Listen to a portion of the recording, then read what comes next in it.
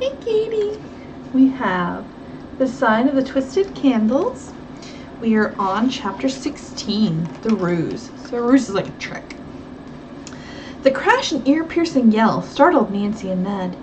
"What was that?" he asked. "It sounded right outside." They both went to the stairway window and struggled to lift the stiff, warped sash. Nancy leaned out. "Oh!" she cried. "A man's on the porch roof with a ladder on top of him." Ned looked down. "It isn't the guard," he said. "Who can he be?" "We'd better run down," Nancy suggested, "and help the poor man." The couple raced down the steps to the second floor and made their way to a front room whose windows opened onto the roof of the porch. The man lay unconscious beneath the ladder. Nancy and Ned climbed out to the roof and pulled the ladder off the prostrate form. So he's prostrate, like he's lying down. I never saw him before, Nancy said. Evidently he was trying to get into the house. "I'll go down and get the guard," Ned offered. In a few minutes he was back to report that the guard was not in sight. "That's strange," said Nancy. "Anyway, I think this man should go to the hospital. Ned, will you drive to a phone and call the police to send an ambulance?" "I hate to leave you alone here, Nancy." "Oh, I'll be all right," she assured him. Reluctantly, Ned hurried to his car and drove off. Nancy decided to hunt for the guard. As she neared the hall, she heard a step behind her and turned. The man whom she had thought to be unconscious stood there, an evil grin on his face. Nancy started to run, but he caught her in an iron grasp. "Let go of me!" she demanded. He gave a mean laugh. "I got my orders to get rid of you," the man mumbled. Nancy now realized he had been faking unconsciousness all the time. "Who gave you the orders? Frank Jemmett?" "You know too much," the man answered. As she struggled to get away, the man pulled a small bottle from his pocket and waved it under her nose. Nancy held her breath, all the while fighting like a tigress. She heard a car drive in. If only she could hold out until help came. But the room began to reel. Nancy couldn't breathe. Then she blacked out. When the young sleuth revived, she was lying underneath a bed. Its deep fringed spread hid her from view. "I guess that's why no one found me," she thought. Her head ached. "I need fresh air." Staggering, she made her way to the window. Vaguely, she noticed that the ladder was still there. Where is everybody? Nancy wondered. Suddenly, she noticed that Ned's car was not in sight. Hasn't he come back yet? A sudden fear gripped her. Had the powerful stranger knocked Ned out when he returned, hid him someplace, then taken his car? Feeling stronger now, Nancy decided to investigate. Going from room to room, she called loudly for Ned, but received no answer. Panic-stricken, Nancy began to search under beds and in closets. Ned was nowhere in sight. Sitting down on the steps of the front porch, Nancy tried to imagine what had happened during her blackout. "I must think," she told herself. "This is dreadful. What'll I do? No phone, no car."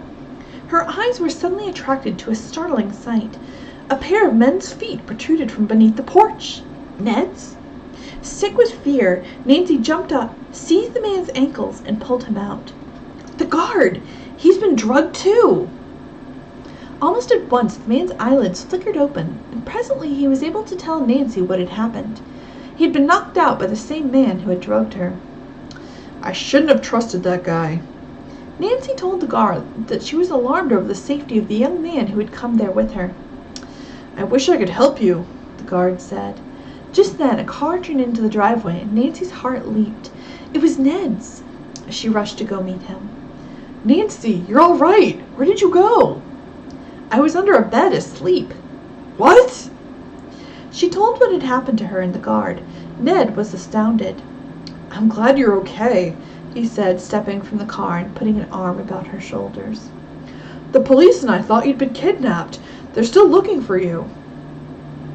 "And I thought you'd been knocked out also. What did happen?" Nancy asked.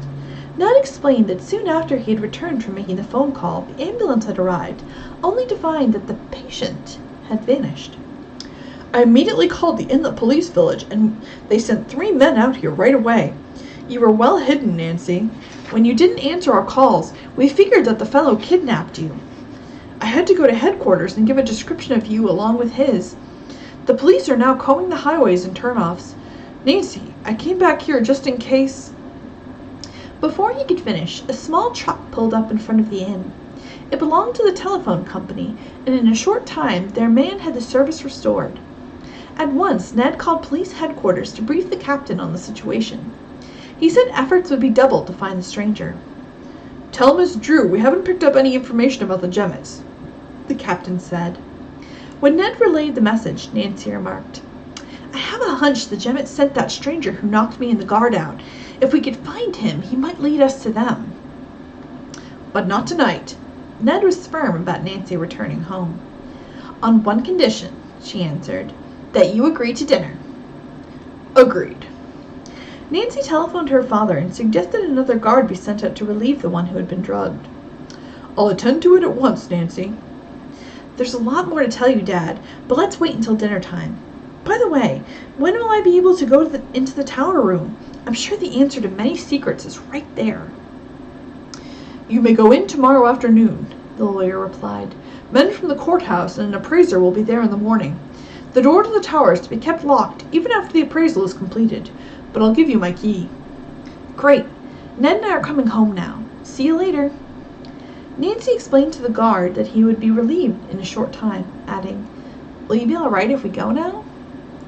"Oh, yes. I have a slight headache, but otherwise I feel okay." When Nancy and Ned were about halfway home, he looked at the gasoline gauge and said, "I couldn't make it to River Heights without filling up. Is there a station near here?" "Yes," she replied. "Take the next road to the right to Maywood." Ned drove there. As the tank was being filled, Nancy glanced at the car headed for Maywood. Her pulse quickened. The driver was the man who had drugged her and the guard. "Hurry!" she called to the attendant. As Ned looked at her, puzzled, Nancy whispered, "I just saw the man who knocked me out. We must follow him." Ned called out to the attendant, "That'll be enough." The surprised man shut off the pump. Ned glanced at the price gauge and quickly paid for the gasoline. "Keep the change," he said. "Where'd the man go?" Ned asked Nancy. "Toward Maywood. Oh, please hurry. He ought to be arrested, and besides, he may be going to meet the Jemmets." The suspect was not driving fast, and Ned soon caught up. "Now what do we do?" he asked. "See where he goes, then get a policeman," Nancy said. Presently the man turned onto an old area of Maywood where the houses were in shabby state.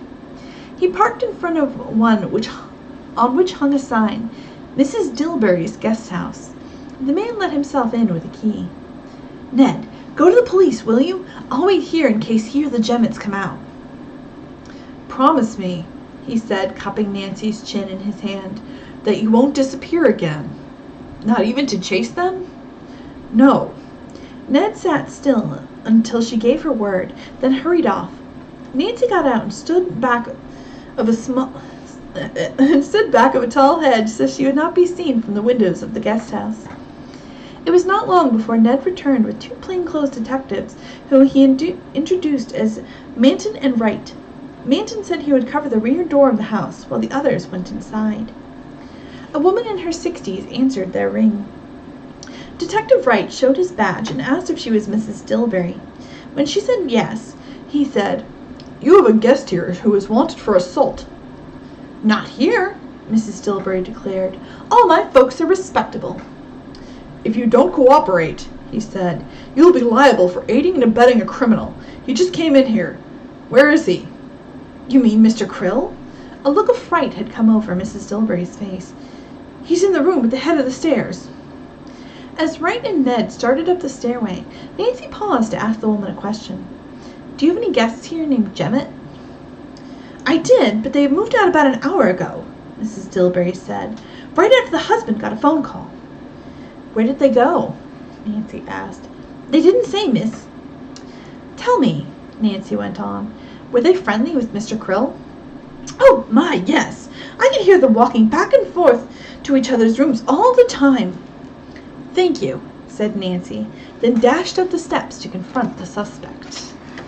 Ooh.